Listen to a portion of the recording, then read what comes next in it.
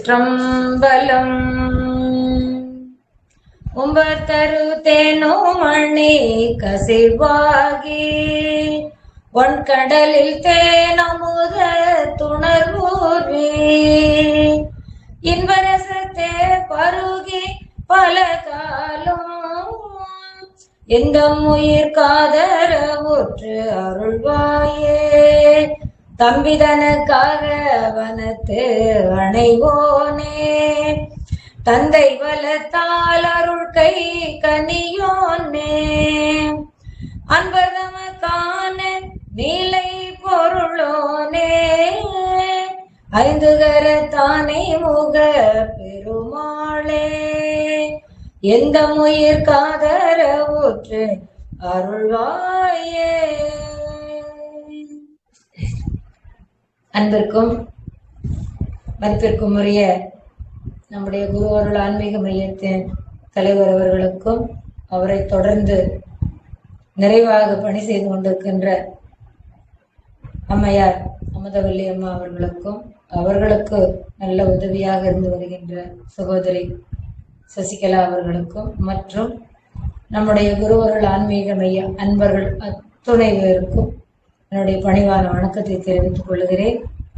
முருகப்பெருமானுடைய திருவருள் நம்மோடு எப்போதும் இருந்து நமக்கு நல்லருள் புரியும். நம்பிக்கை ஒன்று வைத்து தும்பிக்கையானை வணங்கி இந்த இன்றைய நிகழ்வை தொடங்கலாம். பெரியவர்களே, நாம் முதல்ல வேல்மாறல் சொன்னோம் இல்லைங்களா? வேல்மாறல் பாடல் திருத்தணி. திருத்தணியில் உதித்தருளும் ஒருத்தன் வலைவிருத்தன் எனது உளத்தில் உரை கருத்தன் மயில் நடத்து குகன் வேலை. அங்கேயே நான் திருத்தணி பத்தி சொல்லலான்னு இருந்தேன். அப்புறம் இடையில 3 பாட்டு 4 பாட்டோ திருச்செந்தூரே அமைஞ்சு வச்சு, இப்ப திருப்பியும் நமக்கு திருத்தணியில இருக்கிற முருகப்பெருமான வணங்கி பாடுங்க. திருத்தணியில் இருக்கிற முருகப்பெருமான் போர்க்களத்திலே போராடி அசுரர்களை வென்று ஜெயந்தனையும் தேவர்களையும் சிறை மீட்டு அவர்களுக்கு வாழ்வளித்து விட்டு அதே நிலை தனிந்த நிலையாக திருத்தணிக்கு அமர்ந்து அங்கே வள்ளி தேவி யானையோடு இருக்கிறார். செரு தனிந்த இடம். செரு போர்க்களத்தில் போரிட்டு வந்த கோபம் வேகம் அத்துணையும் தனிந்த இடம் திருத்தணி. அதனால இது திருத்தணிகை என்று பெயர் பெற்றது. 5ஆம் படை வீடாக கருதப்படுகிறது. 5ஆம் படை வீடாக கருதப்படுகின்ற நிலையிலே அங்கே சுப்பிரமணிய சுவாமி என்ற பெயரிலே அவர் எழுந்தருளி இருக்கின்றார். கருணையோடு சினமெல்லாம் ஆற சாந்த ஸ்வரூபியாக வள்ளி தேவி யானையோடு அங்கே காட்சி தந்து கொண்டிருக்கின்றார். இந்த திருத்தணி மலையில ஒவ்வொரு வருடமும் ஆங்கில வருட பிறப்புக்கு முதல் நாள், அதாவது டிசம்பர் 31ஆம் தேதி படி பூஜை நடைபெறும். ஒவ்வொரு படிக்கும் ஒவ்வொரு திருப்புகள் பாடி மேலே அன்பர்கள் செல்லுவார்கள். அப்படி இது 365 படிகளை கொண்டது. ஒரு வருடத்திற்குரிய 365 நாட்களாக நமக்கு அது கணக்கிட்டு காட்டுகிறது. வள்ளியை தெய்வானையை, குறிப்பாக தெய்வானையை திருமணம் புரிந்திருந்தாலும் கூட வள்ளி கல்யாணம் என்றுதான் பேசப்படுகிறது. கந்தபுராணத்திலும் வள்ளி கல்யாணம் என்றுதான் சொல்லுகின்றோம். வள்ளியையும் தெய்வ யானையும் அங்கே கல்யாண கோலத்தோடு தன் இருபுறமும் அமர்த்தி அங்கே இருக்கின்றார் நம்முடைய முருகப்பெருமான். இந்த கோயிலில் பிரசாதமாக அங்க வழங்கும் விபூதி சந்தனம் இருக்கின்றது அல்லவா? அதை கொஞ்சம் கொஞ்சம் உட்கொண்டால் உடல் நோய் தீரும், மேனியிலே பூசிக்கொண்டால் உள்ள நோய் தீரும். ஒரு மனிதனுக்கு 3 நோய் தான் வரும் என்று முதலிலே பார்த்திருக்கின்றோம். நாம் பலமுறை சொல்லியும் இருக்கின்றோம். உடலுக்கு வருகின்ற நோய் ஒரு மருத்துவரால் போகும். உள்ளத்திற்கு வருகின்ற நோய் நம்முடைய நண்பர்களோ அல்லது பெரியவர்களோ தாத்தாவோ பாட்டியோ அம்மா அப்பாவோ யாரோ ஒருவரிடம் சொல்ல அந்த வேதனை தீர்ந்துவிடும். ஆனால் உயிருக்கு வருகின்ற நோய் இறைவன் மாத்திரமே தீர்ப்பார். இறைவனால் மாத்திரமே தீர்க்கக்கூடியது உயிருக்கு வருகின்ற நோய். அதனால இறைவன் பாதத்துல எப்பவுமே நம்ம விடாம அவரை பற்றி இருக்கணும். வேற என்ன வேலை? வேலை வணங்குவது நமக்கு வேலை, வேண்டும் வரம் தருவது வேலனுக்கு வேலை. நாம் எல்லாம் அவனுடைய குழந்தைகள். அந்த குழந்தைகளுக்கு எப்பொழுது பசிக்கும், எப்பொழுது பசியாற்ற வேண்டும், எப்போது என்ன வேண்டும், எதுக்கு நோய்க்காக அழுகிறதா, எறும்பு கடித்து அழுகிறதா என்பதெல்லாம் அவன் கவலை. அவன் பார்த்து பார்த்து அந்தந்த வகையிலே வருகின்ற நோய்களை தீர்ப்பான். அதனால முருகா முருகா முருகா என்று ஒரு தரம் சொன்னாலே நமக்கு போதும். பலமுறை சொல்லும் போது அவன் இங்கே அங்கே நின்று இருப்பான். மயில் மேல் ஏறி வேகமாக ஓடி வந்து நமக்கு முன்னாலே காட்சி தந்து நம்முடைய துன்பங்களை எல்லாம் தீர்ப்பான். அப்படி அதுக்கப்புறம் இந்த படி பூஜை நடக்கின்றது. தெப்ப திருவிழா ஆடி மாதம் பூஜை நடக்கும். ஆடி கிருத்திகை ஒவ்வொரு மாதமும் சஷ்டி கிருத்திகை வழிபாடு நடைபெறும். இருந்தாலும் ஆடி மாத கிருத்திகையும் அன்று அந்த ஆடி மாதத்திலே நடக்கின்ற தெப்ப திருவிழாவும் மிகச் சிறப்பாக அங்கே நடக்கும். திருமுருகாற்றுப்படையிலே இந்த நிலை திருத்தணி புகழப்படுகிறது. திருத்தணியிலே நடனம் புரியும் முருகப்பெருமான், அவனுடைய புகழ் பேசப்படுகிறது. அது நக்கீரர் பாடியது திருமுருகாற்றுப்படை. 9ஆம் நூற்றாண்டிலே சோழர்களால் இந்த கோயில் கட்டப்பட்டது அப்படின்னு சொல்லி ஒரு வரலாற்று செய்தி ஒன்று சொல்லுகிறது. காமம், வெகுளி, மயக்கம், துன்பம், கவலை, பிணி, வறுமை இவற்றையெல்லாம் தணிக்கும் இடம். நமக்கு வருகின்ற இத்தனை துன்பங்களையும் தணிக்கின்ற இடமாக அமைகிறது. எனவே திருத்தணி என்று பெயர் என்று 2 வகையாக பொருள் கொள்ள இங்கே வாய்ப்பு உள்ளது. அங்கே இருக்கின்ற தீர்த்தம் குமார தீர்த்தம். எப்பொழுதுமே ஒரு திருக்கோயிலே மூர்த்தி, தலம், தீர்த்தம் 3 இருக்கும். மூர்த்தி, தலம், தீர்த்தம் முறையாக சென்று வழிபடுவோருக்கு ஒரு வார்த்தையை சொல்ல சத்குரு வாய்க்கும் பராபரமே என்று தாய்மானவர் சொல்லுவார். அதுபோல இங்கே குமார தீர்த்தம், முருகனுடைய பெயரிலே குமார தீர்த்தம் உள்ளது. குமாரன் மாறன் என்றால் அழகன் என்று ஒரு பொருள். நமக்கு வருகின்ற துன்பங்களை எல்லாம் அழிப்பவன் குமாரன். அழிப்பவன். நமக்கு வருகின்ற துன்பங்களை எல்லாம் அழித்து நம்மை மேலோங்க செய்பவன். நம்முடைய வாழ்க்கையிலே நல்லனவெல்லாம் நடக்கும்படி செய்து நம் வாழ்க்கையிலே நாம் உயரச் செய்வது இந்த குமார தீர்த்தம். எப்பொழுதுமே ஒரு திருக்கோயிலுக்கு சென்றால் முதலிலே அந்த திருக்கோயிலின் தீர்த்தத்திலே முழுகி எழுந்து அதே அந்த முழுகி எழுந்த வேகத்தோட இறைவனை சென்று வழிபட வேண்டும். அங்கே தல மரம் இருக்கும். அந்த மரத்தையும் வழிபட்டு சுற்று பிரகாரத்தில் அது வைத்திருப்பார்கள் அல்ல முன்னாலே வைத்திருப்பார்கள். வணங்கி இறைவனை தொழுது வர வேண்டும். அது ஒரு மரபாக நம்முடைய பெரியோர்கள் சொல்லி இருக்கின்றார்கள். ஞான சம்பந்தர் பாடி இருக்கின்றார், நாவுக்கரசர் பாடி இருக்கின்றார், சுந்தரர் பாடி இருக்கின்றார். ஒவ்வொரு கோயிலையும் எப்படி வலம் வந்து வணங்க வேண்டும் என்பதாக சொல்லி இருக்கின்றார். சம்பந்தருடைய தேவார பதிகங்களிலே பலவாறாக அதை பல இடங்களிலே காணலாம். அதற்கு பிறகு முருகனின் வலக்கையில் வஜ்ரவேல். சாதாரணமாக அவருடைய திருக்கையில வேல் இருப்பதை பார்த்திருப்போம். நுண்ணிதாக அகன்று கீழே கொஞ்சம் திருத்தமாக. ஆனால் இது வஜ்ரவேல். ஒரு அதை என்னவென்று சொல்லுவார்கள் என்றால் சக்தி ஹஸ்தம் என்று சொல்லுவார்கள். அது பகைவர்களிடமிருந்து நம்மை காப்பதற்குண்டான வீரம் பொருந்திய வேல். அதை கையில வைத்துக் கொண்டு, ஏனால் வீரத்தோடு தான் இங்கே போரிட்டு ஜெயந்தனை விடுதலை செய்து தேவர்களுக்கெல்லாம் வாழ்வழித்து, இன்னும் சொல்ல போனால் ஒரு பெண் வேண்டுகின்றாள் என்னவென்று, முருகா நீ தேவர்களின் மனைவிகளின் தாலியை காத்தவன் அல்லவா, என்னுடைய தாலியையும் நீ ஏன் காக்க கூடாது என்று ஒரு பெண் வேண்டுவதாக ஒரு வரலாறு பேசப்படுகிறது. அப்படி தேவேந்திர இந்திராணி தாலியை காத்தவனே என்றெல்லாம் பின்னாலே வருகின்றது. திருப்புகழ் பாடல்களில் 1132 பாடல்கள், 1304 பாடல்கள், 1327 பாடல்கள் என்று கிடைத்த வகையிலே வைத்து தொகுத்த நிலையை சொல்லுகின்றார்கள். ஆனால் அவர் 10,000 பாடல்கள் பாடியவர். அதனால கிடைத்தது இப்பொழுது 1327 கடைசியா வச்சிருக்கிறாங்க. 1304, 7 என்று பல்வகையாக சொல்லி இருக்கிறார்கள். அப்புறம் அனுபந்தம் என்ற பகுதியில பின்னாலே கிடைத்த பாடல்களையும் அவர்கள் சேர்த்திருக்கிறார்கள். இப்படி அப்புறம் இடக்கை எங்க இருக்கிறது, தொடையின் மீது வைத்துக் கொண்டு ஞான சக்திதரனாக முருகன் அங்கே திகழ்ந்து கொண்டிருக்கின்றார். அதற்கப்புறம் இந்த கந்தர் சஷ்டி பெருவிழா மிக அற்புதமாக நடக்கும். ஆடி கிருத்திகை விழாவும் தெப்ப திருவிழாவையும் போலவே பங்குனி உத்தர திருவிழா நடக்கும், தைப்பூச திருவிழா நடக்கும். இது தவிர சஷ்டி கிருத்திகை என்று மாதம் தோறும் வருகின்ற விழாக்களை அங்கே நடத்தி கொண்டு வருகிறார்கள். அதுல இந்த 3 கோயில்களை அருணகிரி பெருமான் சிறப்பாக சொல்லுவார். எந்த 3 கோயில்கள் அப்படின்னா, செந்தில் திருச்செந்தூர், பழனி, தணிகை திருத்தணிகை.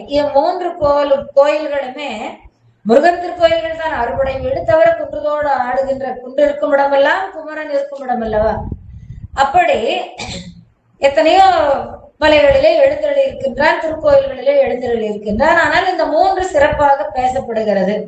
அருணகிரியாருடைய காலத்திலேயே இந்த 3ம் பிரபல்யமாக இருந்திருக்கின்றது. இதை எப்படி வணங்குகின்ற முறை என்று தன்னுடைய பாடல்களிலே அருணகிரி பெருமான் சொல்லி இருக்கிறார் என்றால், மனம் வாக்கு காயத்தால் இவற்றை முறையே வணங்க வேண்டும்.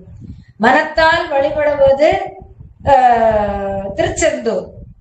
நம் மனம் வாக்கு காயத்தால் கட்டுப்பட்டு அழகான முறையிலே நடப்பதுதான் நம்முடைய வாழ்க்கையை மேம்படுத்தும் என்று பார்த்திருக்கின்றோம் இல்லைங்களா. 2 வகையான வாழ்க்கை, 3 வகையான வாழ்க்கை. அதற்கு இந்த 3ஐயும் கட்டுப்பாட்டோடு அழகாக அமைதியாக பக்குவமாக வைத்து நடந்தால் நம்முடைய வாழ்க்கை மேம்படும். அதே போல இங்க மனத்தினால் வணங்குவது திருச்செந்தூர். என்ன நம்முடைய திருப்புகழ்ல சொல்றாரு என்னன்னு, இது தேவசேனாதிபதி. அங்கு தேவசேனாதிபதியாய் திருச்செந்தூர்ல விளங்கி இருக்கிற காரணத்தினால செந்தில் காவல என்று இந்த திருச்செந்தூரை அழகுபட சொல்லுவார். எப்படி? செந்திலை உணர்ந்து உணர்ந்து உணர்வுற 3 தரம் உணர்ந்துணர்ந்து உணர்வுற செந்திலை உணர்ந்து. அப்போ நல்ல மனதால உணர்ந்துதான் அந்த திருச்செந்தூரிலே ஒவ்வொரு இடத்தையும் ஒவ்வொரு அங்குலமாக அந்த திருச்செந்தூரை வணங்க வேண்டும். ஏனென்றால் அத்தனை பரப்பு, அத்தனை விசேஷங்கள் பொருத்தியது அது திருச்செந்தூர். அதனால மனத்தினால மிகவும் உணர்ந்து அவன் திருவருளை உணர்ந்து அவன் பூஜை செய்கின்ற காட்சியெல்லாம் நம் கண்ணுக்குள்ளே கண்டு உயிருக்குள்ளே கலந்து அதை உணர்ந்து நாம் அவனை பாட வேண்டும், திருச்செந்தூர் இறைவனை. அதனால மனத்தால் வழிபடுகின்ற திருச்செந்தூர் என்று அருணகிரி பெருமான் செந்தில் காவல என்றே சொல்லுகின்றார். அடுத்தது பழனி, வாக்கால் வழிபடுகின்ற இடம். படிக்கின்றலை பழனி திருநாமம் வருது இல்லைங்களா கந்தர் அலங்காரத்துல. அதுக்கப்புறம் திருப்புகழ்ல அருமுகம் ஆறுமுகம் ஆறுமுகம் ஆறுமுகம் ஆறுமுகம் ஆறுமுகம் என்று போதே ஆகமணி மாதவர்கள் பதமல சூடும் அடியார்கள் பதமே துணையதென்று நாடும் எருமையில் வாகன குகா சரவணாயனது இனமுனதன்று ஏனம் எனது ஏனம் உனது ஏனம் என்று மோதும் ஏழைகள் வியாகுலம் இதேது என வினாவில் உன்னை ஏவர் புகழ்வார் மறையும் என் சொல்லாதோ அப்படின்பார். முருகனுடைய அடியார்கள் ஏழை அடியார்கள், அன்பினால் ஏழை. முருகனுக்கு அடியார்களாக இருக்கின்ற நாம் நம்ம ஏழைகள் என்று சொல்லுவோம். அன்பினால் அவனிடம் ஏழைப்பட்டு நிற்கின்றோம். அவர்களுக்கு ஒரு துன்பம் வந்தால் பார்க்கின்றவர்கள் கேலி பேசுவார்கள். ஆகா, இவர் முருகன் அடியார் என்று சொன்னாரே, என்ன இப்படி துன்பப்படுகிறார், இதுதான் முருகனுடைய திருவருளோ என்று உன்னைத்தான் கேலியாக பேசுவார்கள் என்ற பாட்டிலே ஆறுமுகம் ஆறுமுகம் என்று அவருடைய நாமத்தை சொல்லி சொல்லி வழிபட வேண்டும் என்பது பழனியிலே பெரும்பாலும் அமைந்திருக்கின்ற பாடல். நிறைய பாடல்களிலே காணலாம். அங்கே அது அழகாக சொல்லுவார். அந்த பழனியை சொல்லும் பொழுது ஆறுமுக திருப்புகழ், ஆறுமுக பழனி, வாக்கால் வழிபடுகின்ற இடம் என்று சொல்லுவார். அருமுக அருமுக என்று. அதற்கப்புறம் உடம்பால் காயத்தால் வழிபடுகின்ற இடம் இந்த திருத்தணிகை.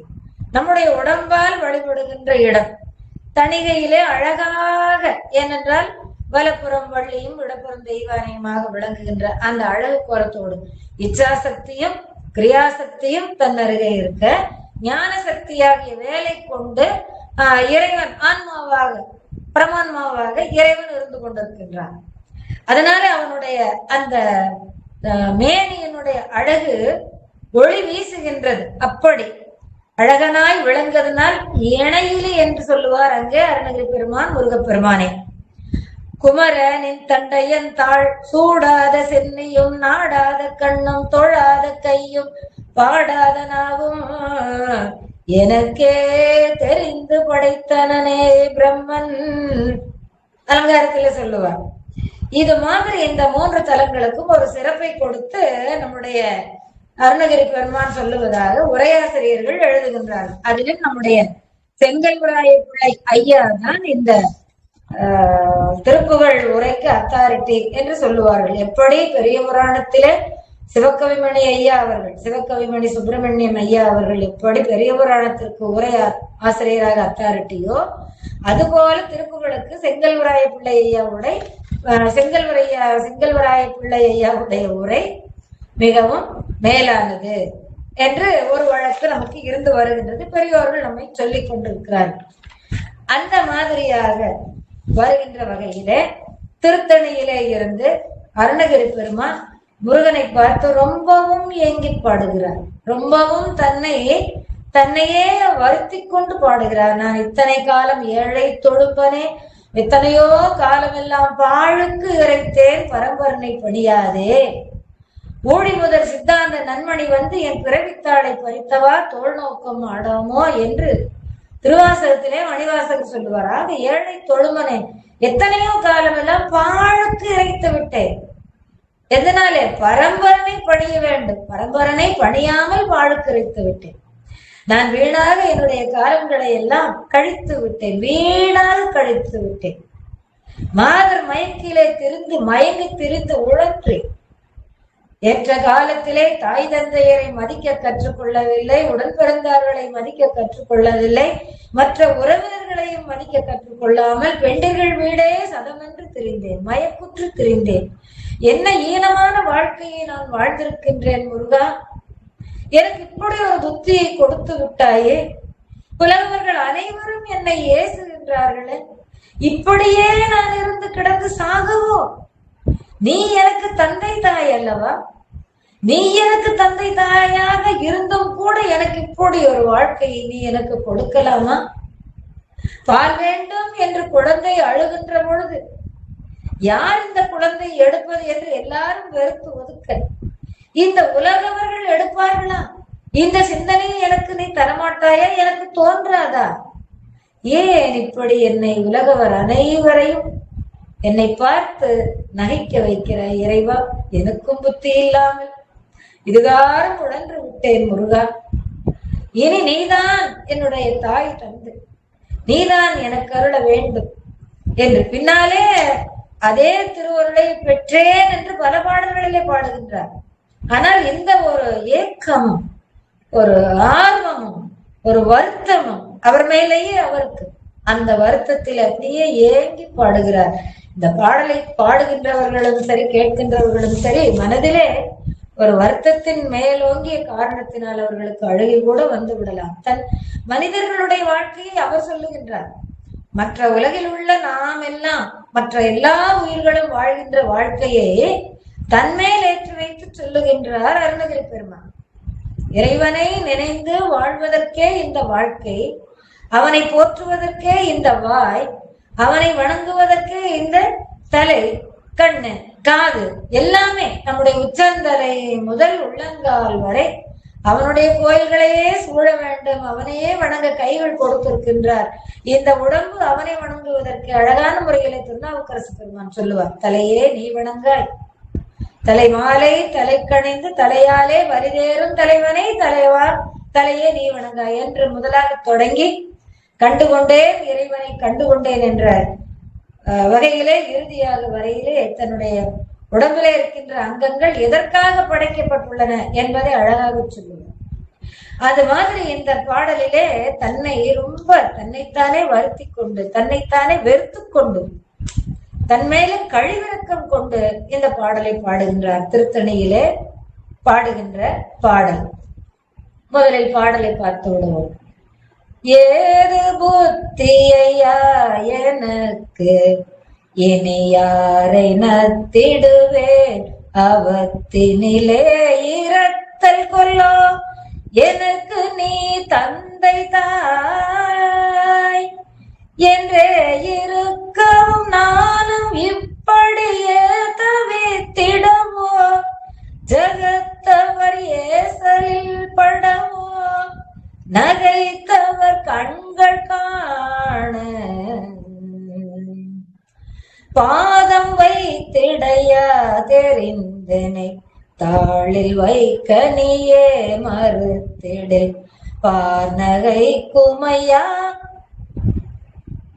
பார்நகை குமையா தகப்பன் முன் மைந்தன் ஓடி, பால்மொழி குரல் ஓலமிட்டிடில் யாரெடுப்பதென வெறுத்தழ, பார்விடுப்பர்களோ எனக்கு இது சிந்தியாதோ, ஓதமுற்றெழு பால் கொதித்தது போல எட்டிகை நேசமுட்டரை, ஓட வெட்டிய பானு சக்திகை எங்கள் கோவே, ஓதமை சடையாட உற்றவர் மான்மழு கரமாட, பொற்கழல் ஓசை வெற்றிடவே நடித்தவர் தந்த வாழ்வே, மாத்தினை புனமேதிருக்கும் மைவாழ்விழி குரல் மாதினை, திருமார்பனை தமயூர அற்புத கந்தவேளே, மாறன் வெற்றிகள் பூமுடி குழலாவிய புற, நீடு மேய்த்தவர் வாழ்த்திருத்தணி மாமலைப்பதி கந்தவேளே,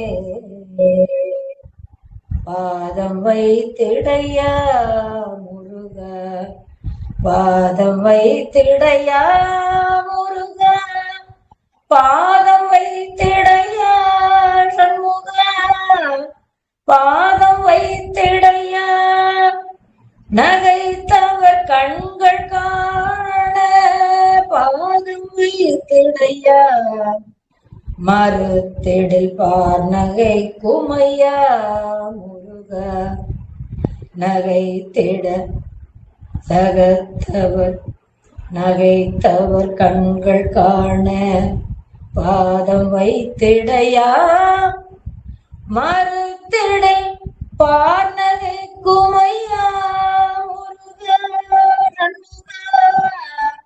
சுப்பிரமணியா, பாதம் வைத்திடையா தெரிந்தனே, தாளில் வைக்க நீயே மறுத்திடை, பார்நகை குமையா முருகா, பார்நகை குமையா முருகா, பாதம் வைத்திடையா.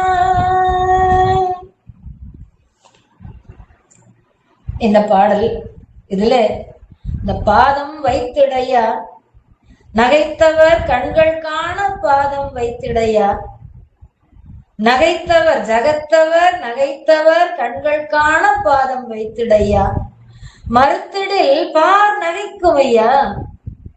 இது பின்னாலே நாம் நம்முடைய உணர்வுப்படி சேர்த்தி கொண்டது. வாழ் திருத்தணி நீடு மெய்த்தவர் வாழ் திருத்தணி மாமலை பரி தம்பிரானே என்பது வரையிலே பாடல். அதுல மகுடமாக பாடுவோம்னா வழக்கமாக. அதிலே இந்த பாதம் வைத்திடையா நீ மறுத்திடில், இந்த பார் என்னை பார்த்து, பார்ன உலகம், இந்த உலகம் என்னை பார்த்து நடிக்கும் ஐயா, நீயே மறுத்து விட்டால் யார் என்னை எடுப்பார்கள்? இந்த பாடல் ஒவ்வொருவரும் தனக்கு மனதிலே எந்த உணர்வுகள் வருகிறதோ அந்த உணர்வோடு சென்று, முருகா நீ எல்லாம் எனக்கு வேறு யார் துணை, உன்னை ஒழிய ஒருவரையும் நம்புகில்லேன், பின்னே ஒருவரை யான் பின் செல்லேன், பன்னிருகை கோலப்பா வானோர் கொடிய வினை தீர்த்தருளும் வேலப்பா செந்தில் வாழ்வே, உன்னை ஒழிய எனக்கு யார் துணை இருக்கின்றார்கள்? நான் ஏதோ எனக்கு மனம் தெரிந்த வகையிலே உன்னை வணங்காது மனம் போன போக்கெல்லாம் போனேன், எப்படியோ உழன்றேன். ஆனால் நீ எனக்கு அருள் புரிந்த காரணத்தினாலே உன்னை வணங்க வேண்டும் என்ற உணர்வு நீ கொடுத்ததனாலே எனக்கு வந்தது. அதுவரையிலும் ஏது புத்தி ஐயா?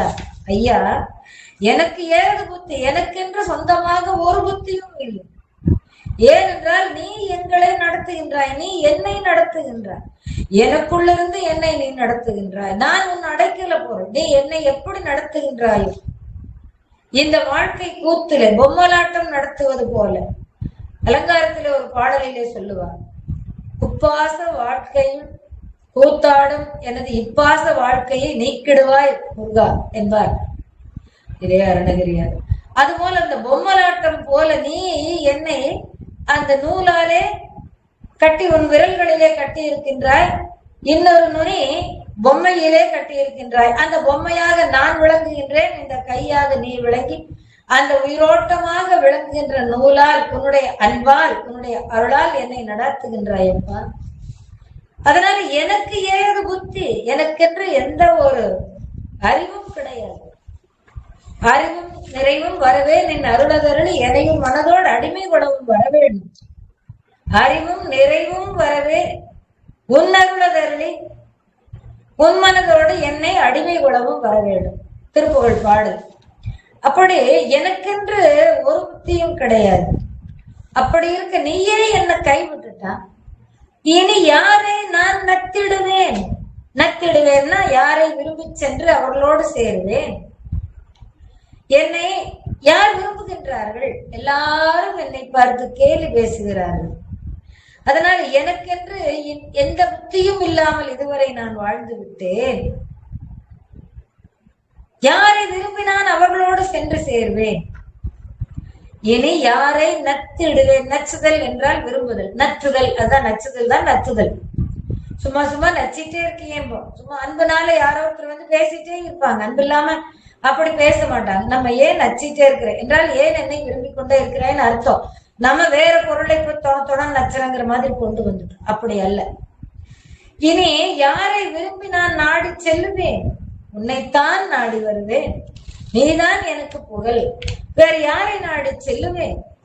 வீணாக பயனேதும் யாருக்கும் என்னால் பயனேதும் இல்லை. அப்படியே வாழ்ந்து விட்டேன். நான் இப்படியே இறந்து விடுவதுதான் எனக்கு தலைவிதி. இப்படியே என்னை இறக்க வைத்து விடுவாயோ, இதுதானா எனக்கு தலைவிதி? ஏது புத்தி ஐயா? எனக்கு ஏது புத்தி ஐயா? இனி யாரை நத்திடுவேன்? அவத்தினிலே இருத்தல் குலோ.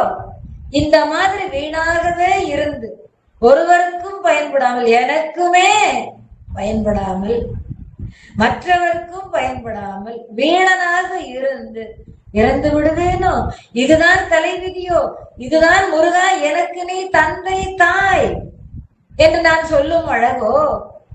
எனக்கு நீ தந்தை தாயுமாக இருக்கின்றார், அம்மையும் அப்பனுமாக இருக்கின்றார்.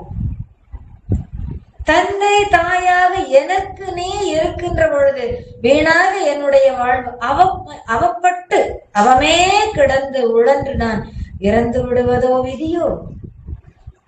என்ன சொல்லுகிறார் அவமே. இன்னொரு பாட்டுல திருப்புகழ், அவமே பிறந்த என்னை இரவாமல் அன்பர் புகும் அமுதாலயம் பதவி அருள்வோனே. அந்த பாட்டுல சொல்லுவார். சிவனார் மனம் குளிர அந்த பாட்டுல சொல்லுவார். பின்னால 2-3 பாட்டுல எனக்கு அருளியவன் நீ, பாதம் கொடுத்தவன் நீ சொல்லியிருக்கிறார். அப்படி இந்த இடத்துல நான் வீணாக அவமே ஒரு பயனும் இல்லாமல், அந்த இடத்துலயும் அதே பொருள் தான் சொல்றார். அவமே பிறந்த என்னை நீ ஆட்கொண்டாய். அதேதான், வீணாக பயனில்லாமல் வாழ்கின்ற வாழ்க்கையாக நான் இருந்து யாரிடமும் நாடி நான் செல்ல முடியவில்லை. யாரும் என்னை அன்பால் பார்க்கவும் இல்லை. எப்படி நான் இந்த உலகத்திலே கிடந்து வாழ்வேன்? எனவே இப்படியே என்னுடைய பிறவி அவமாகவே போய்விடுமோ? கடைசியிலே நான் வெறுத்து இறந்து விடுவேனோ? இதுதான் எனக்கு விதியாக விதிக்கப்பட்டதோ? நீ எனக்கு தகப்பனும் தாயும் அல்லவா? எனக்கு நீ தந்தை தாய், என்றே இருக்கவும் நானும் இப்படியே தவித்திடவோ ஜகத்தவர் ஏசலில் படவோ. எனக்கு நீ தந்தைதா என்றே இருக்கவும் நானும் இப்படி தவித்துக் கொண்டிருக்கிறேன். யாரும் என்னை சீண்டுவாரில்லை, நானும் யாரையும் என்னை சீண்டாத போது நான் யாரிடம் சென்று என்னவென்று அடைக்கலம் புகுவேன்? எனக்கு எங்கு போகவும் வழி இல்லை, என் திசைகளிலும் போகவும் வழி இல்லை. எந்த அம்மா இல்லை, அப்பா இல்லை, சகோதரியாரை நான் வேண்டாத பேச்சு பேசி அவர்களை வரித்து விட்டேன். மனைவி சிவகலையை வாட்டி விட்டேன். உற்றார் உறவினர்களை தூக்கி எறிந்து விட்டேன்.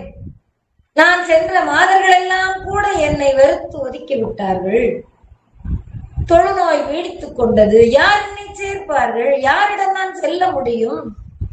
இப்படியே நான் தவித்திடவோ? எத்தனை நாளைக்கு நான் தவித்து உழல்வது ஐயா? இத்தனை நாளைக்கு நான் தவித்து உழல்வது? நீ தந்தை தாய் என்று எனக்கு இருக்கவும் இந்த மாதிரி ஒரு நிலை எனக்கு கொடுக்கலாமா? நானும் இப்படியே தவித்திடவோ? வாழ்நாள் முழுக்க இறந்து விடுவேனோ? என் விதி இப்படியோ? இருக்கும் வரை இந்த மாதிரியே நான் இறந்து தவிப்பேனோ? இறைவா, ஜகத்தவர் ஏசலில் படவோ? இந்த ஜகம் உலகத்தவர்கள் என்ன எல்லாரும் என்னை என்னென்னவோ சொல்லி ஏசி விட்டார்கள். அவர்கள் வாய்க்கெல்லாம் நான் தீனியாக இருந்து விட்டேன். அவர்கள் எல்லாரும் என்னை ஏசுகின்றார்களே. இது உன்னுடைய மகனுக்கு வருகின்ற இழுக்கல்லவா? நகைத்தவர் ஜகத்தவர் ஏசலில் படவோ நகைத்தவர் கண்கள் காண. அதுல ஒரு பாட்டுல இவர் சொல்லுவாரு, யாரார் இவரை பார்த்து நகைக்கின்றார்கள்? மனையவள் நகைக்க, ஊரினர் அனைவரும் நகைக்க, லோக மகளிரும் நகைக்க, தாதை மனமது சலிப்ப, நாயின் உளமது சலிப்ப, யாரும் வசை மொழி பிதற்றி நாளும் அடியேனை அனைவரும் இழிப்ப. நாள்தோறும் நேரந்தோறும் எல்லாரும் என்னை இழித்து பேசுகிறார்கள்.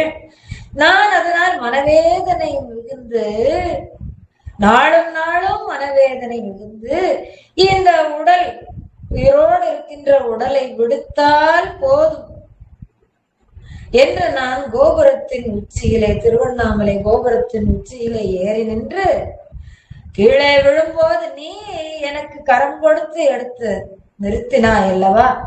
உடல் உயிர் விடுத்த போதும் அணுகி முன் அளித்த பாதம் அருள்வாயே. நீ எனக்கு முன்னாலே நீ என்னை ஆட்கொண்டு என்னை இந்த பூமியிலே நிறுத்தி உன்னை பாடச் செய்து எனக்கு நீ அருள் புரிந்தாய். உன் திருவடியை கொடுத்தாய். அந்த திருவடியை எனக்கு நீ இப்பொழுது கொடுக்க மாட்டாயா? கட்டிய மனைவி நகைக்கின்றாள், ஊரினர் சுற்றார் எல்லாருமே நகைக்கின்றார்கள். எனக்கே வெறுத்து போயிட்டு என் மனமது கூட சலிக்கின்றது. எத்தனை நாள் வாழ்வதென்று நான் இறக்கவே போய்விட்டேனே. இப்படியே நான் தவித்திடவோ இறைவா? இப்படியே நான் தவித்திடவோ?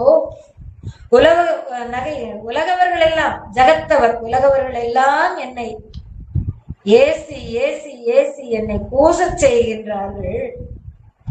அப்படி என்னை பார்த்து இழிவாக பேசி கேலி சிரிப்பு சிரித்தவர்களுடைய கண்கள் காணும்படி நீ எனக்கு பாதம் வைத்திடையா, பாதம் வைத்திடையா முருகா, பாதம் வைத்திடையா.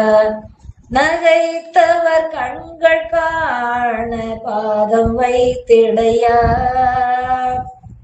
போன முறை நாம் பார்த்தோம், பிரபுடதேவ மகாராஜன் கொலுவிருக்கின்றார் திருவண்ணாமலை கோவில் கோபுரத்துக்கு முன்னாலே, கம்பத்திளையனார் கோயிலுக்கு அருகிலே. அவர் திருவோலக்கம் இருக்கும்போது மந்திரிமார்கள் மற்றும் உள்ள மக்கள் அத்துணை பேரும் அந்த கோயிலிலே இருக்கின்றார்கள் முருகன் காட்சியை காண்பதற்காக. அப்பொழுது அருணகிரிநாதர் பாடி நீ வந்து காட்சி தந்த, அருணகிரியாகிய நான் பாடி நீ வந்து காட்சி தரவில்லையா? முன்னாலே எனக்கு பாதம் அருளவில்லையா? இத்தனை இடங்களிலே முருகப்பெருமானுக்கு பாதம் அருளி இருக்கிறார், காட்சி தந்திருக்கிறார். அதெல்லாம் சேட நாராட அகிலமேரு மீதாட அவின காளி தானாட அவளோட ராஜன் உளவுமோட நீயாடி வரவேணும் வந்தாரோ இல்லையோ, அப்ப காட்சி கொடுத்தார், முழுக்க காட்சி கொடுத்தார், மயில் மீது வந்து காட்சி கொடுத்தார். எத்தனை இடங்களில் எனக்கு காட்சி கொடுத்திருக்கிறார் என்பதை காட்சி பெற்ற பின்னாலே முருகனுடைய அருள்ல கொஞ்சம் திளைத்து திளைத்து வர வர பாடியது அந்த பாடல்கள். இப்பொழுது தன்னுடைய தீமையை உணர்ந்து தன்னுடைய நிலையை உணர்ந்து வருந்தி ஏங்கி அவரிடம் கேட்டு பாடுகின்ற நிலை. அதாவது முதல் இறைவன் காட்சி கொடுத்து அருள் புரிந்து இவர் தியானத்திலே அமர்ந்து பின்னாலே உணர்ந்த பின்னாலே கொஞ்சம் கொஞ்சமாக இறைவன் திருவருள் பெற பெற எனக்கு தாப்பா தாப்பா உன்னுடைய திருவருள் தாப்பா என்று கெஞ்சி பாடுகின்ற நிலையாக அமைந்திருக்கின்றது இந்த பாடல்.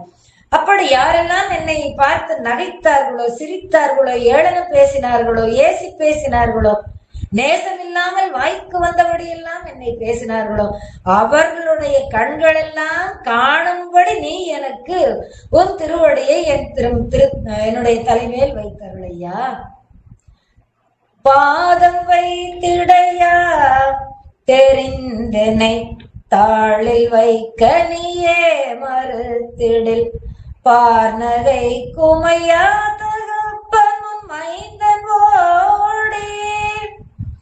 என்ன சொல்ற? உன்னுடைய பாதம் வைத்திடையா தெரிந்து என்னை அப்படிங்கிற.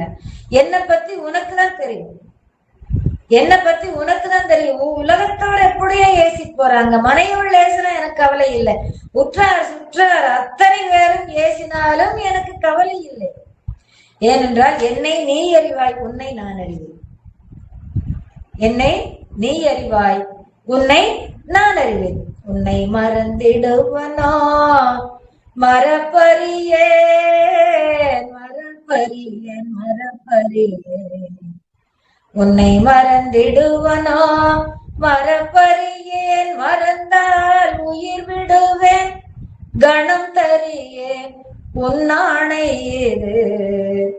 என்னை மறந்திடுவாயோ முருகா, என்னை மறந்திடுவாயோ, மறந்திடுவாய் என்னில் நான் என்ன செய்வேன், எங்கு செல்வேன், எவர் குறைப்பேன் என்றாய். நான் எங்கு செல்வேன், எவர் குறைப்பேன். அன்னை என்னும் தயவுடையாய், அன்னை என்னும் தயவுடையாய், நீ மறந்தாயினும் அகிலம் எல்லாம் புறக்கும் உன் அருள் மறவாது என்றே, அருள் மறவாது என்றே. இன்னும் மிக கழித்து இங்கே இருக்கின்றேன் மறவேன்.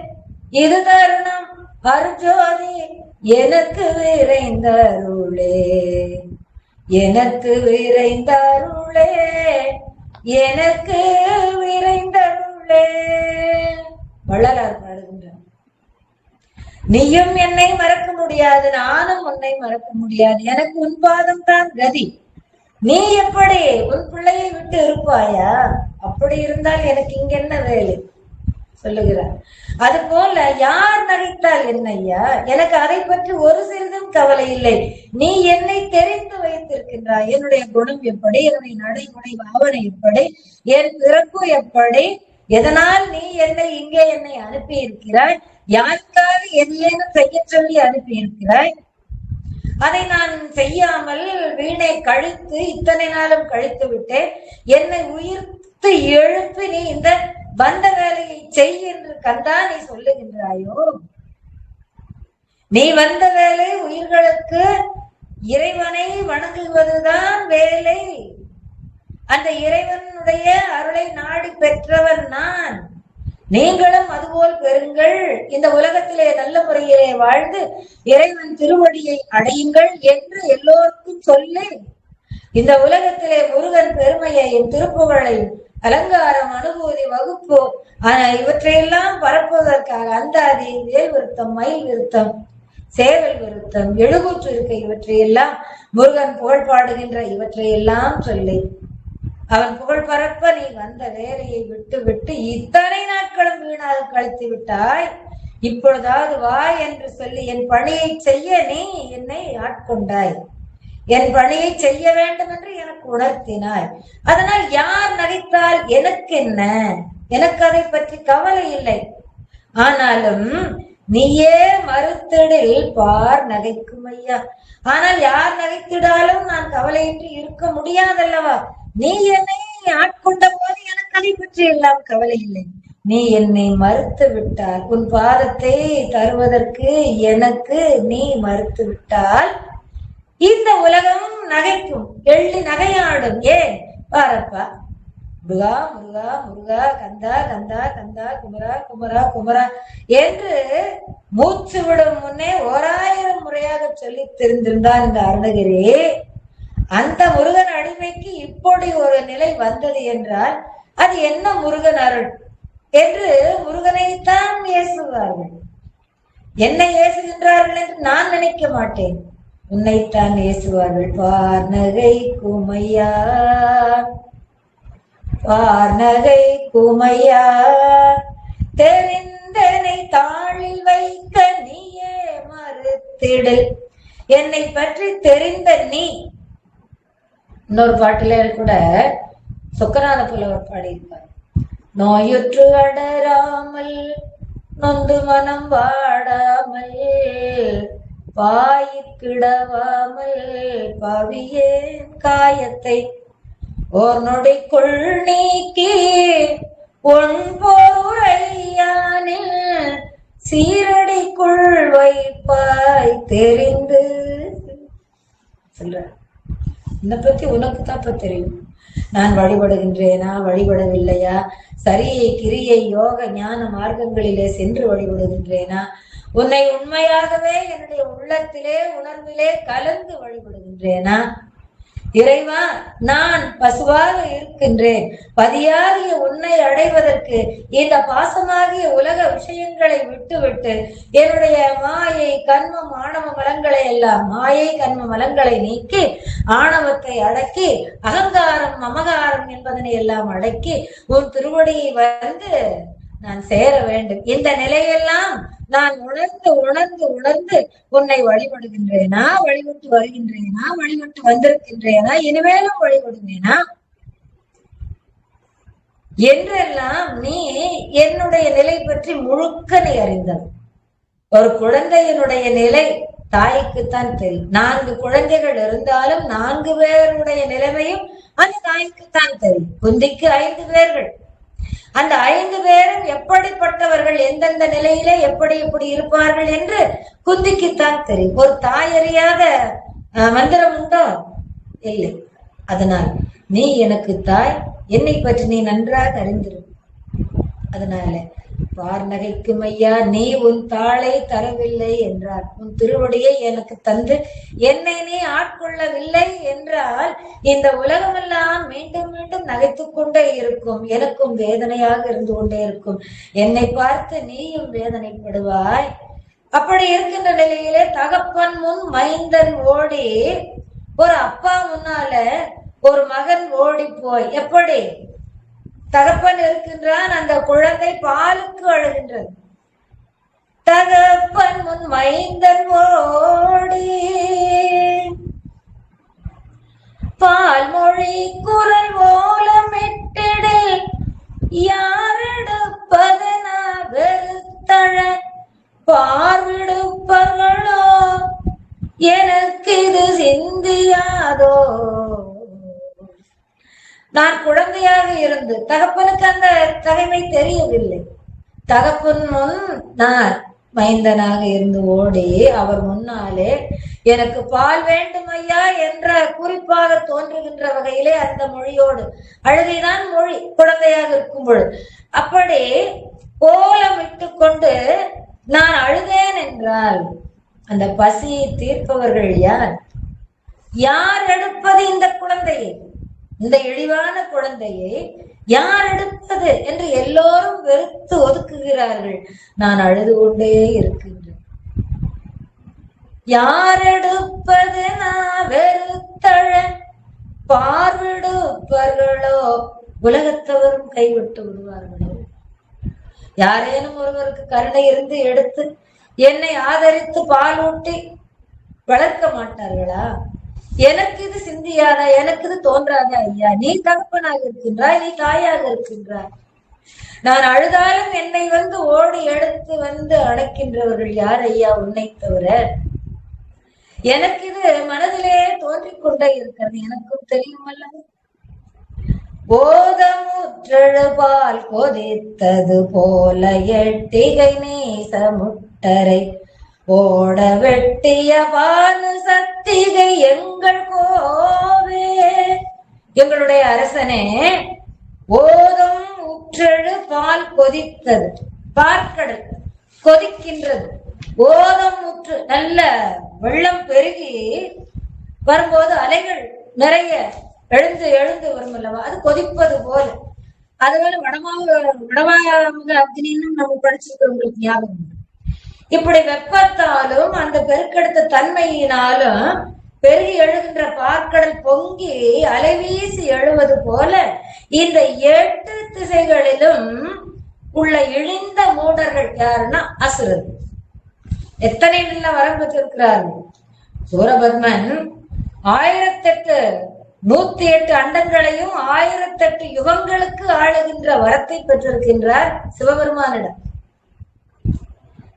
எத்தனை வாழ் வேல் வில் செல்லுவதற்கு தேர் அத்தனையும் பெற்றிருக்கின்றார். அந்த பெற்றிருந்த அத்தனை வரத்தையும் வீணே செலவழித்து தேவர்கள் மேல் சென்று அவர்கள் இந்திரலோகத்தை, அவர்கள் ஆழ்கின்ற இந்திரலோகத்தை தனக்கு வேண்டும் என்று நினைத்துக் கொண்டு அவன் மகன் ஜெயந்தனை சிறையிலே அடைத்து அவர்களை எல்லாம் வாட்டி இப்படியெல்லாம் கொடுமை செய்கின்றான்.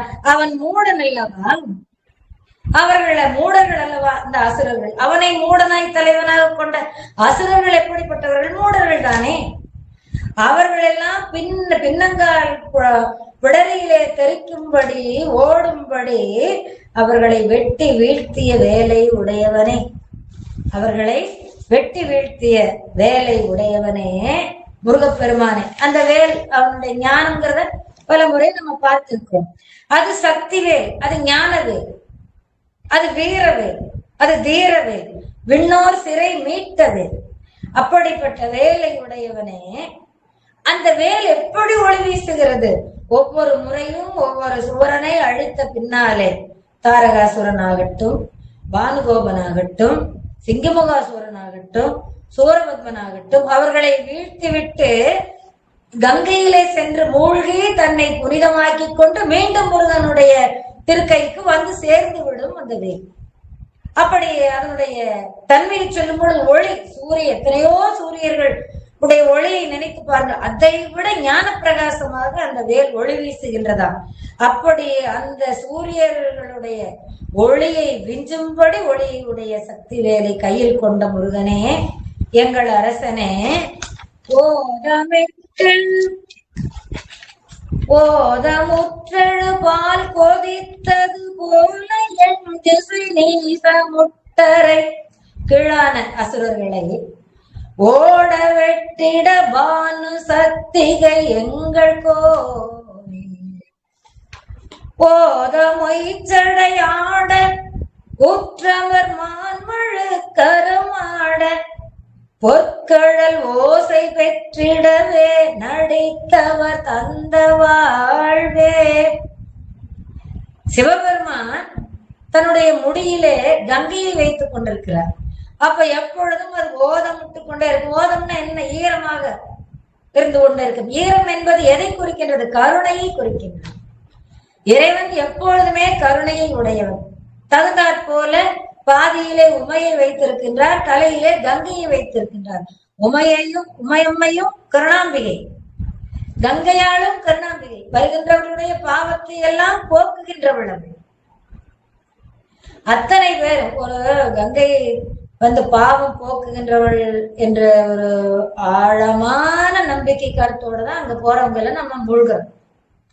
இறைவனுக்கும் இறைவிக்கும் ஒரு சந்தேகம், நிஜமாலுமே இவங்க நம்பிக்கையோடு தான் அப்படி மூழ்கிறாங்களா அப்படின்னு. அவர் 2 பேரும் பேசிக்கிறாங்க. சரி நம்ம போவோம், ஒரு விளையாட்டை செய்து வரும், பார்க்கலாம் என்ன மாதிரி இருக்கிறாங்க மக்கள் அப்படின்னு சொல்லி கங்கை கரையில வந்து இருக்கிறார்கள். காசியில சொல்லத்தான் வேண்டுமா என்ன? பெருக்கெடுத்து ஓடி வருகிறது கங்கை. அங்கே ஒரு கிழவர் விழுந்து விட்டார். இவர்தான் பெருமான் தான் கிழவன் போல நடித்துக் கொண்டு கங்கையிலே விழுந்து விட்டார். அப்பொழுது அம்மை கரையிலே நின்று கொண்டு யாரெல்லாம் பாவம் போக்கியவர்களோ, பாவம் இல்லாமல் யார் இருக்கின்றார்களோ அவர்கள் இந்த கங்கையிலே மூழ்கி என்னுடைய கணவனார் கிழ வயது விழுந்து விட்டார், அவரை மீட்டுக் கொண்டு வாருங்கள் என்று சொல்லி அம்மையார் சொல்லுகின்றார். வருகின்றார்கள் பல இளைஞர்கள் வருகின்றார்கள், நீங்க தெரிந்தவர்கள் வருகின்றார்கள். அப்பொழுது அம்மை இந்த வார்த்தையை சொல்லுகிறார், பாவமே செய்யாதவர்கள், பாவமே இல்லாதவர்கள் யாரோ அவரே இந்த கங்கையில் மூழ்கி என்னுடைய இந்த வயதான கிழவரை காக்க வேண்டும், ஓடி வாருங்கள் என்று சொல்லி கிழவியாக அமர்ந்து கொண்டு கங்கை கரையில் அமர்ந்து கொண்டு கத்துகிறாள் உமையம்மை. யாரும் வரவில்லை, அப்படியே நின்று விட்டார்கள். ஒரே ஒருவன் மாத்திரம், அவன் கையிலே என்ன தொழுநோய் உடையவர், உடம்பெல்லா நோய், பார்த்தாலே ஒரு மாதிரியான அழுக்கான தோற்றம், நோயுற்றவர். அது மாதிரி அவர் குடுகுடு என்று ஓடி சென்று கங்கையிலே பாய்ந்து அந்த கிழவனாரை மீட்டு வந்து கரையிலே அந்த கிழவியிடம் சேர்க்கின்றார். கிழவனாராக இருந்த சிவபெருமானை கிழவியாக இருந்த உமையம்மையிடம் சேர்க்கின்றார். அப்பொழுது அந்த கிழவியாகி உமையம்மை கேட்கின்றாள், ஏனப்பா இத்தனை பேர் நிற்கின்றார்களே, நீ பாவமே செய்யவில்லையா? நீ மட்டும் எப்படி ஓடி சென்று எப்படி என்னுடைய கணவனாரை நீ காப்பாற்றிக் கொண்டு வந்த? என்ன தாயே, கங்கையில் மூழ்கினால் எத்தனையோ ஜென்மங்கள் செய்த பாவங்கள் எல்லாம் தொலைத்து விடுகின்றது, கங்கை தாய் அத்தனை பாவங்களையும் தொலைத்து விடுகின்றாள் என்ற நம்பிக்கை, என்ற ஐதீகம் நம்முடைய இந்த உலகத்திலே காலம் காலமாக இருந்து வருகின்றது. இவர்கள் அத்தனை பேரும் கங்கையிலே மூழ்கி இங்கே இருக்கின்றவர்கள் தான், கரையிலே தான் இருந்து கொண்டிருக்கின்றார்கள், இன்னும் மூழ்கி விளையாடி கொண்டுதான் இருக்கின்றார்கள். ஆனால் ஏன் அவர்களுக்கு அந்த நம்பிக்கை வரவில்லை? எனக்கு நம்பிக்கை இருந்தது, கங்கையிலே மூழ்கினால் எனக்கு இந்த நோயும் போகும், என்னுடைய பாவமும் போகும், எனக்கு எவ்வளவு பெரிய வரப்பிரசாதம். எனவே நான் கங்கையிலே மூழ்கினேன், என் பாவம் போய்விட்டது, அதனால் இந்த வயோதிகரை மீட்டுக் கொண்டு வந்தேன் என்று சொல்லுகிறார். நம்பிக்கைதான் வாழ்க்கை, நம்பிக்கைதான் வாழ்க்கை. நீங்கள் நம்பிக்கொண்டு முருகா என்று ஒரு தரம் என்ன அழைத்தால் ஓடி வந்து நிற்பான். முருகன் எங்க வரப்போறார் என்றால் வரமாட்டார், நம்பிக்கை இருக்கும். அப்படியே ஓத மொய்ச்சடை ஈரம், கருணை ஈரமாக இருக்கின்றது ஜடாமுடி, மொய் ஜடை ஈரம் மொய்த்திருக்கின்றது ஜடை முடிதோறும் என கங்கையிலே குடியிருக்கின்றான். அதனால ஈரமாக இருக்கின்றது. அந்த ஈரம் மறுபடியும் நான் சொல்லுகின்றேன், ஈரம் என்பது கருணைக்கு அடையாளம். மழை மேகம் சூழ்ந்திருக்கின்றது, மழை பொழிய போகின்றது என்றால் அன்னையினுடைய கருணைக்கு அடையாளம் இது. அதனால்தான் மழையே மாமழையை போற்றுதும் மாமழை போற்றுதும் என்று சொல்ல. அப்படி இந்த ஜடை, கங்கை தாங்கிய ஜடை ஆடுகின்றது.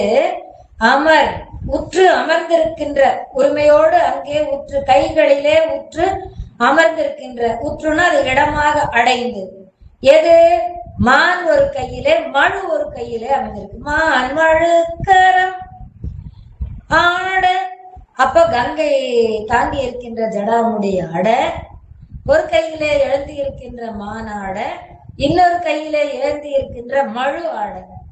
இந்த மான் என்பது ஞானத்தை குறிக்கின்றது, துள்ளி திரிகின்ற மான். அப்படி அகங்காரத்தினாலும் ஆணவத்தினாலும் துள்ளி திரிகின்ற தன்னுடைய குழந்தைகளை அடக்கி அழகான மானாக அந்த ஞானமே வடிவமாக தன்னுடைய கையிலே வைத்திருக்கின்றார். மழு, இவரை கொல்ல இந்த தார்காவனத்து முனிவர்கள் இவர் மேல் அந்த மழுவை எய்தார்கள். அந்த மழு அப்படியே இவருடைய கரத்திலே வந்து தங்கி கொண்டது.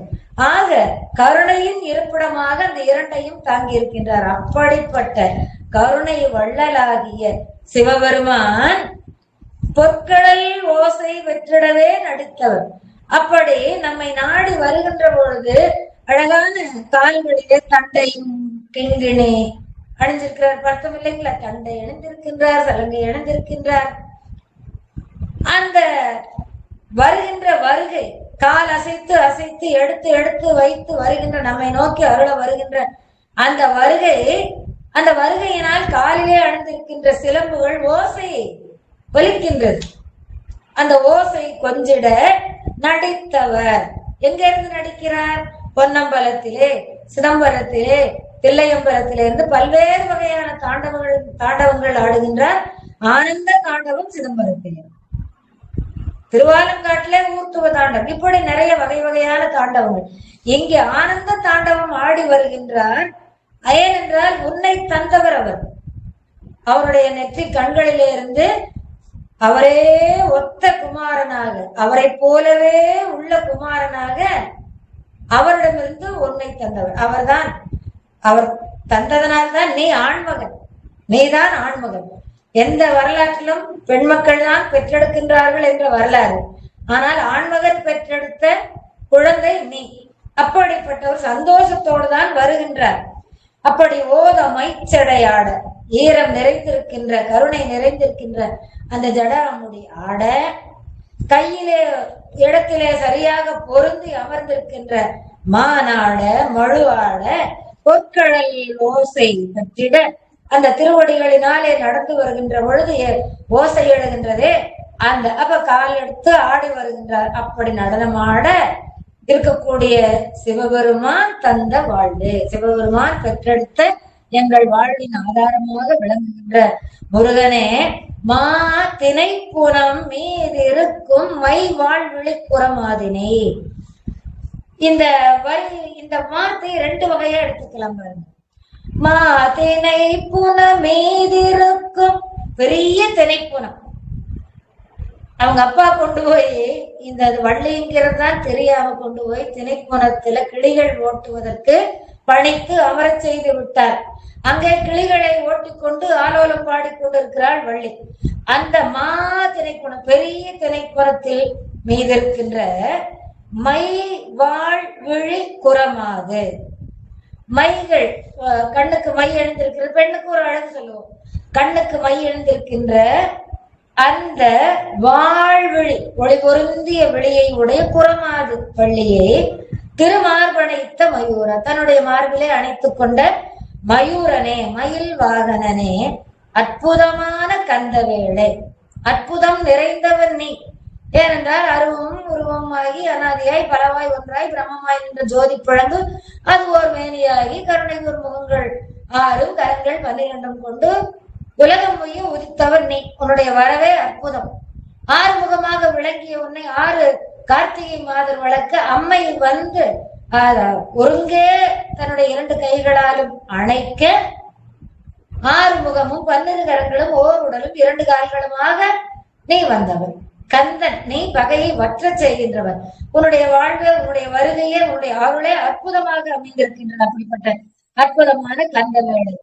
இந்த இடத்துல மாதினை, மாதினைன்னு எடுத்துக்கலாம், மா திணை புனம் எடுத்துக்கலாம், மாதினை புனமைது இருக்கும், மறுபடியும் வள்ளியை எடுத்துக்கலாம். இப்படி 2 வகையாக பொருள் கொள்ளும் வகையில அது அமைந்திருக்கின்றது. ஒரு நயம். மாறன் வெற்றிகள் பூமுடி குழலாவிய புறநீடு மெய்த்தவர் வாழ்த்திருத்தணி மாமலை பதி தம்பிரானே. தம்பிரான் நம்முடைய இறைவன் பிரான், நம்மை விட்டு பிரியாதவன் தம்பிரான், தம்மை விட்டு பிரியாதவன் தம்பிரான், திருத்தணியை விட்டு பிரியாதவன் தம்பிரான். திருத்தணி எப்படிப்பட்டது? மெய்த்தவர்கள் வாழ்கின்ற திருத்தணி, மெய்யான வாழ்வினை உடைய, ஒரு துளி கூட பொய்யோ சூதோ வஞ்சகமோ கிடையாது. அத்தனை அப்பழுக்கற்ற தன்மை, மெய்மையான வழிபாடு, மெய்மையான தவம். அங்கொரு கண்ணும் இங்கொரு கண்ணுமாக இருக்கின்ற தவம் அல்ல, மெய்மையான தவமுடைய ஞானிகள் வாழ்கின்ற திருத்தணி. அது மாமலைப்பதி, அதுதான் மலைகளிலே சிறந்த மலை, மிக பெரிய மலை, அதுதான் மலைப்பதி, அது மலையிடமாக திகழ்கின்றது திருத்தணி. நீண்டு மைத்தவர், நீண்ட காலமாக நிறைய மைத்தவர்கள், கண்ணுக்கு தெரியாது எத்தனையோ மெய்மையான தவம் செய்கின்ற தவசீலர்கள் எல்லாம் அங்கே வாழ்ந்து கொண்டிருக்கின்றார்கள். இப்போதும் வாழ்ந்து கொண்டிருக்கிறார்கள், இனிமேல் எப்போதும் வாழ்ந்து கொண்டுதான் இருப்பார்கள். நம் கண்ணுக்கு தெரியாது, அது ஞானிகள் கண்ணுக்கு தெரியும். அந்த உணர்விலே அப்படி நீடு மைத்தவர் வாழ்த்திருத்தணி மாமலை பதி. எத்தனை அற்புத அடையாளங்கள் பாருங்க திருத்தணிக்கு. யாரு? மாறன் வெற்றி கொள்ளுகின்ற அளவிலே அழகு பொருந்திய மகளிர்கள் வாழ்கின்றார்கள். திருத்தணியில மாறனை மன்மத கடவுளை வெற்றி கொள்ளும் அளவிற்கு அழகான அழகான அழகான பெண்கள் எல்லாம் அவர்கள் பூ முடித்திருக்கின்றார்களே, அந்த பூ முடித்த குழலோடு அவர்கள் அங்கே தெரிந்து கொண்டிருக்கின்றார்கள். அவர்களே வியப்பும்படி நீண்ட காலமாக மெய்மையாக தவம் செய்து கொண்டிருக்கின்றவர்கள் வாழ்கின்ற திருத்தணி. அப்ப தவமுடையவர்களாகிய ஞானிகளையும் மயக்கக்கூடிய பெண்கள் அங்கே அழகுறுத்தியவர்களாக வாழ்ந்திருக்கின்றார்கள். நீங்க பாருங்க, பஞ்சையும் தீயையோ பக்கத்துல வைத்தா என்ன ஆகும்? ஆனா அங்க ஒண்ணுமே ஆகாது. எங்க திருத்தணியில் பஞ்சு நெருப்பு, நெருப்பாக மெய்த்தவர்கள், உண்மையான தவம் செய்கின்ற அடியார்கள் நெருப்பு. பஞ்சு போல அழகான மென்மையான மிக அழகான மகளிர்கள் அங்கு இருந்தாலும் ஒன்றும் நேராது. அவர்கள் அவர்கள் வேலையை கருத்தாக செய்து கொண்டிருக்கின்றார்கள். இந்த பூமுடி குழலார்கள் எல்லாம் முருகப்பெருமானை வணங்கி, எனக்கும் உன்னுடைய திருவருள் வேணும், இந்த வள்ளி அல்ல, வள்ளி என்பது உயிர்களாகிய நம்மைத்தான் குறிக்கிறது, எங்களையும் நீ ஆட்கொள்ள வேண்டும் என்று சொல்லி அவர்களும் முருகப்பெருமானை வணங்கி கொண்டிருக்கிறார்கள். இப்படிப்பட்ட திருத்தணிகையில் வாழ்கின்ற முருகப்பெருமானே, சுப்பிரமணிய கடவுளே, நீ உன்னுடைய திருவடியை என் மீது வைத்து ஆட்கொள்ளையா, இல்லை என்றால் எல்லோரும் என்னை ஏசுவார்கள், இந்த உலகமெல்லாம் நகைத்து எள்ளி நகையாடுவார்கள். அப்படி நகையாடுவார்கள் கண்கள் காணும்படி, அவர்கள் காணும்படி, அவர்கள் உணரும்படி உன்னுடைய பாதம் வைத்திடையா முருகப்பெருமானே, இதுதான் நீ எனக்கு அருளுகின்ற வாழ்வு என்று சொல்லி இந்த அளவிலே இந்த பாடலை நிறைவு செய்வோம். இதன் பயன் என்ன? இது நமக்கு தெரிவிக்கின்ற கருத்து என்ன? உண்மையான உரைப்பான உள்ளத்தோடு பெரியவரான அடியார்களை நீங்கள் பார்த்தீர்களானால் அத்துணை பேரும் அவரவர்கள் கொள்கையிலே உரைப்பாக இருப்பார்கள். என்ன தொடக்கமோ முடிவு வரை அவர்கள் கொண்ட கொள்கையிலே எந்த ஒரு தடை வந்தாலும் அதை கண்டுகொள்ள மாட்டார்கள். தான் கொண்ட கொள்கையிலே உறுதியாக நிற்பார்கள். அதுபோல முருகப்பெருமானை வணங்கி நலம் பெறுவதிலே நீங்கள் உறுதியாக இருந்து தவம் செய்து வாழுங்கள். அவனையே நினைத்து வாழுங்கள். தவம் செய்வதற்கு நாம் இந்த உலக வாழ்க்கையிலே பிறந்திருக்கின்றோம். ஆனால் அத்தனை வாழ்க்கையும் தவமாக எண்ணி செய்யுங்கள்.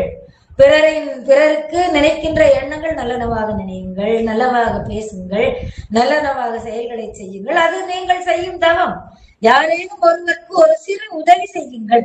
நோயின் பிளவனமேனு பிறருக்கு கொடுத்து உதவுங்கள். சின்ன சின்ன உதவிகள் எல்லாம் தவமாக நினைத்து முருகனுடைய நாமத்தை சொல்லி நீங்கள் செய்ய வேண்டும். அதுதான் நமக்கு இது அறிவுறுத்துகின்றதும் கூட. நாம் அப்படி செய்தால் நமக்கு பயன் கிடைக்கும் என்பதும் கூட. எனவே முருகனையே சரணடைந்து, நீதான் ஐயா எனக்கு துணை, நான் நீ சொல்லுகின்ற வழியிலே வாழ்கிறேன், இதுவரை வாழ்ந்து விட்டேன் தெரியாமல், இனிமேல் அப்படி வாழ மாட்டேன், நான் செய்கின்ற முயற்சியிலே எந்த ஒரு கல்விஷமும் இருக்காது, உன் திருவுடையை பற்றி கொண்டே நடக்கின்றேன், நீ என்னோடு வந்து என்னை வாழ்விப்பாய் இறைவா, இதுதான் எனக்கு நீ தருகின்ற பலன், எல்லோருக்கும் பெறுகின்ற பலன் என்று சொல்லி இந்த அளவிலே நிறைவு செய்கிறேன்.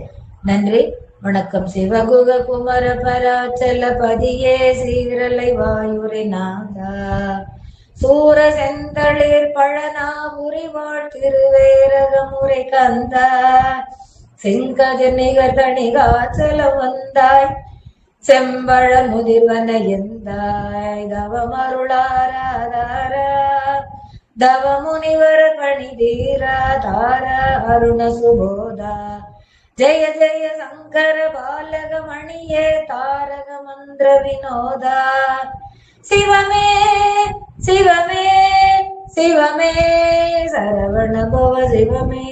வெற்றிவேல் முருகனுக்கு அரோகரா, ஞானவேல் முருகனுக்கு அரோகரா, அருள்மிகு மருதமலை ஆண்டவருக்கு அரகர அரகர அரோகரா. திருச்சிற்றம்பலம்.